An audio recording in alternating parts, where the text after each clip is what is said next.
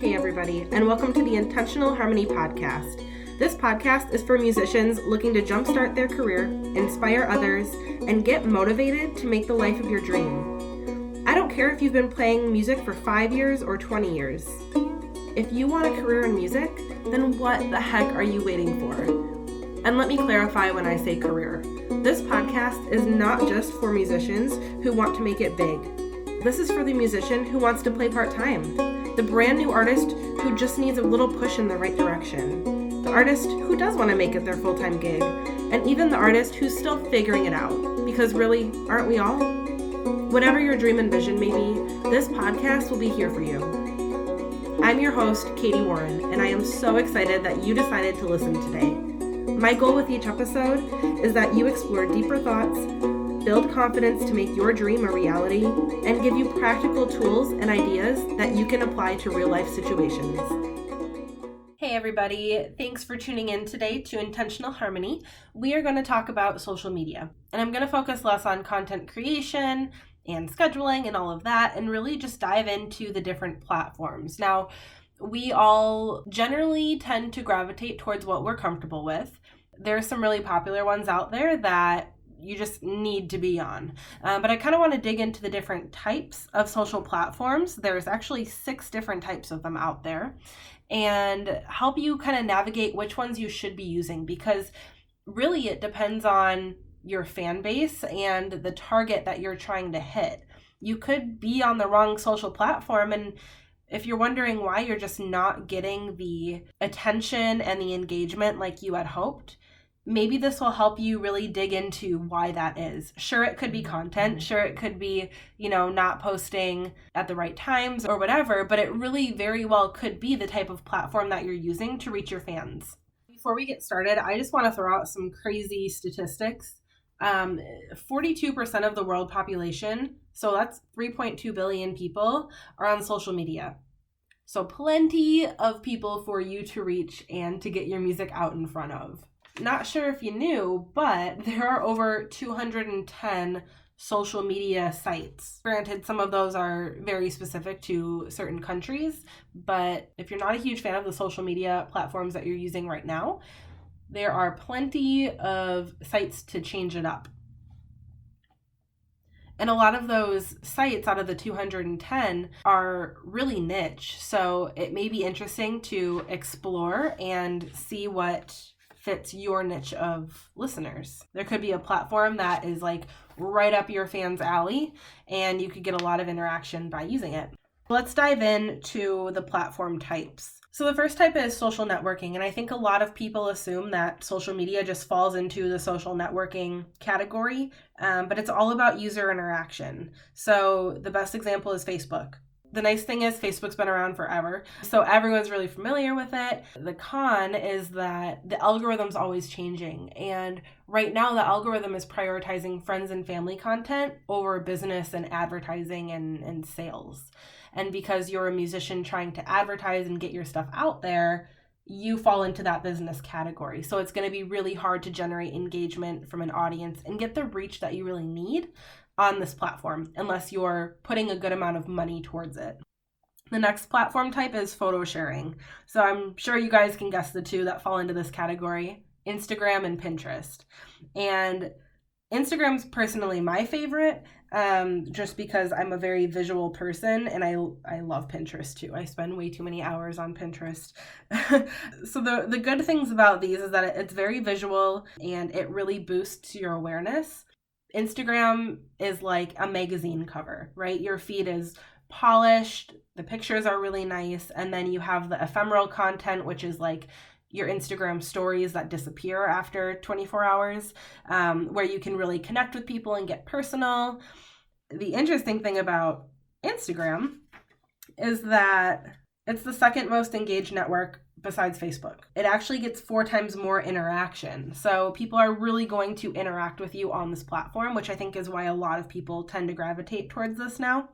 And Pinterest is really great to drive traffic back to your website. So if you have an artist website and you're like, okay, no, I'm not getting any traction here, people are just not coming to my site no matter how much I push it, try pinning some of your own content to Pinterest under a business account. That can go really, really far. The next platform is video sharing, which is like YouTube, for example. It's really trendy. It's very relevant. Video is continuing to grow, especially right now. Everyone wants to have video content and everyone wants to watch video content. It's huge. If you are a musician and you're not on YouTube, you are missing the ball massively. The only con of this is that it's really time consuming and it can get a bit pricey if you need to get quality equipment to get quality videos up on YouTube. The next platform type is microblogging, where you just share snippets. So if you guys can guess, Twitter and Tumblr are a great example of this. You're just sharing really short thoughts, and the only issue is that it's limited and sometimes what you say can be misinterpreted. But Twitter especially is really nice to be able to stay up on trends. So even if you're not using this as your main platform as a musician, which I don't think you should be personally, it is good to stay up to date with what's trending and what's going on so that you can be more relevant for your audience. The other platform type is community, which I'm just going to kind of skip over. It's like Reddit is an example for that. It has really niche audiences. So, once in a while, I'll read something really good about Spotify on Reddit. So I wouldn't completely shut this out as an option, but I'm just not going to really focus on it because I think the other ones are a bit more stronger for musicians. And then there's interactive social. So this is like your augmented reality type of virtual platform. So your Snapchat and your TikTok. Right now it's geared towards young audiences. Mostly that's the main demo. So if that's who you're trying to reach, that's going to be ideal. The only problem is that it's time consuming. Again, you kind of get back to the video creation portion of it. You have to really weigh out, are you trading dollars for hours? So now that you have an idea of the different platform types, it'll kind of give you an idea of what you should narrow it down to. So with Facebook, there's a lot of people, and there's almost 2 billion people to reach on there, which is huge. It is the largest social network right now, and it probably will stay that way. And there's a good chance you probably are already on it. There's a lot of different opportunities on Facebook to use. But again, you have to watch out for that algorithm. Make sure that you have a musician page that's separate from your personal page. And really the key here is to join groups that are very similar to your target fan audience, similar musicians who probably have a relatively similar fan base to you. But this is all about engagement. So you need to be responding and interactive with people. You need to go live, post images, videos, all of that. YouTube is the next one we're going to talk about. And you have to be on here as a musician. If you do not have a lot of recordings of you playing music and getting out there, I highly recommend you start building up that portfolio and make a YouTube channel. It goes out to a massive, massive community. About 37% of all mobile internet traffic, period, is on YouTube. And 97% of people have it and they use it regularly. So, use it to interact with people by liking and sharing, comment on other videos. Again, you want to create conversations and participate in them.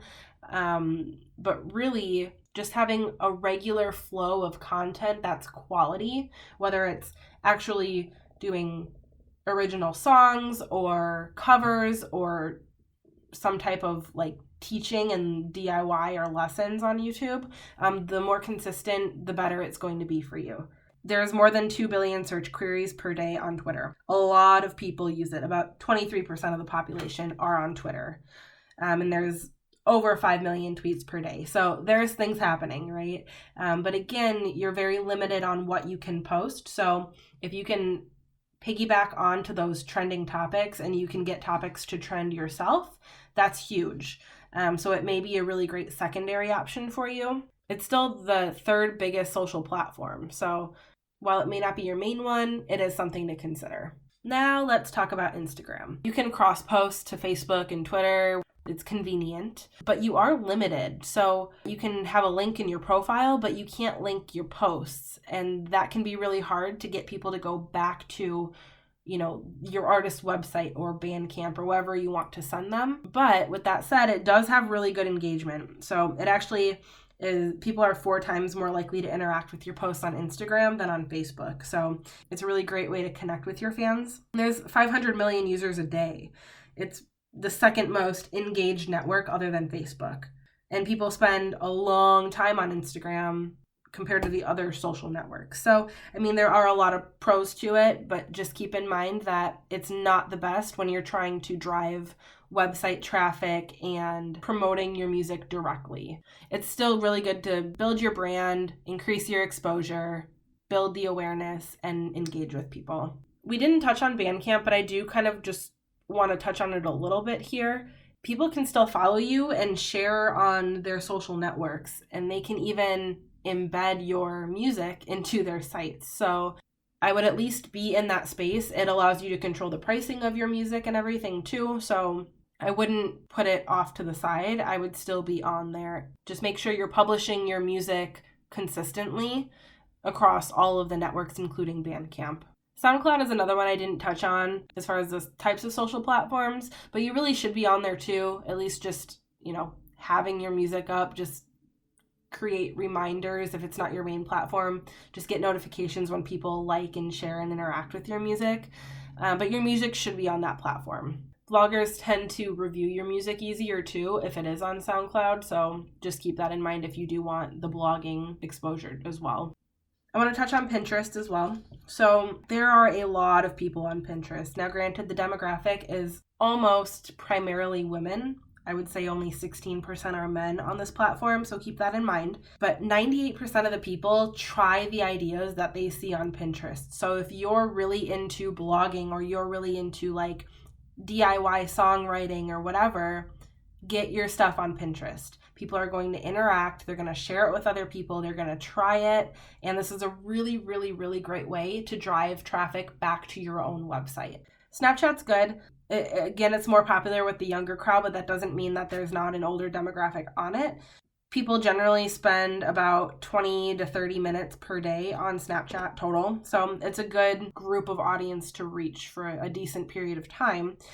There are 20,000 photos shared per second on Snapchat. That is huge. But really, the main thing I wanted to touch on here is people say that they feel very happy once they use Snapchat and they get off the app. So if you are posting content, try to get on the Discovery tab. Keep it short and positive.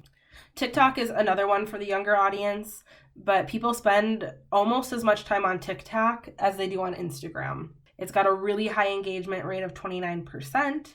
Keep that in mind, but also keep in mind that it can be tricky to upload the content. And if you are not equipped to do video, you may find yourself really trading those dollars for hours. And that's up to you. If you are loving video and you're really good at it and you have equipment, then you definitely may want to consider TikTok or, another video heavy platform. So what this really boils down to is there's a lot of noise out there, right? Not one platform is right for everybody, and not one fan base is the same. So I really encourage you to do your research and just look at where you're at right now and what platforms you have. I encourage you to make a list of all the platforms that you're on and then do some research about each one. Look at the general demographic that goes to each of those platforms. Look at the engagement rate. Look at the time spent on the platform. Look at the type of content that's getting prioritized over other content. There's a lot of details that you can really dig into to see, number one, is it the best platform for you? And number two, maybe figure out the reason why you're not getting as good of a response as you would hope. The general rule is to pick like 2 platforms and be really, really good and engaged with them. That doesn't mean you shouldn't be on any other platform. Like I said before, you definitely need to be on YouTube. You should have a presence on SoundCloud. And there's a few other ones too. But as far as like the consistent uploading content, you need to pick 2 of them that you go full in. And if it's just one to start out with right now, that's fine. You will grow over time. If you feel really comfortable with it and you've been doing this for a while, maybe you can pick 3. If you have a manager that's willing to help you out, or, a friend that's really good with social media, maybe pick 3 or 4. You can find the balance, but the general rule is to pick about 2 platforms to really go all in with. So when you're choosing, again, just think about who your target audience is. What's the age of your fan demo? What's the gender? What do they like to do? And then think about the type of content that you can create. What resources do you have right now to create content? Are you willing to go and buy new equipment to create proper content for that social platform? Are you not quite sure you're going to have enough time to take on specific content? Whatever it may be, just make sure you really think about that. And then also think about your budget. Most of these platforms will allow paid advertising, and you will want to start doing that in the future if you haven't already. Sometimes I boost a post for $5 a day. No, it's not super effective, but it does help my reach a little bit. It's not like you have to spend thousands of dollars to start, but do keep in mind the different paid ads that you can get on each platform as well. I hope this was helpful, and I hope it just kind of piqued your curiosity onto other social media platforms that are out there. And there's a lot of other ones that I did not even touch on, and that's okay if it's not the most popular social platform, right? Nothing is ever going to be a Facebook. But some of the other less popular social platforms have your niche of people that you're trying to target that respond really well to your music. So don't just push it out of the way because it doesn't have as big of a platform and following as Facebook does. It can still be really quality if it's your right niche. I hope you guys enjoyed this episode of Intentional Harmony. If you have any questions at all, you can reach me at intentartistmanagement.com or Intent Artist Management on social media on Instagram and Facebook.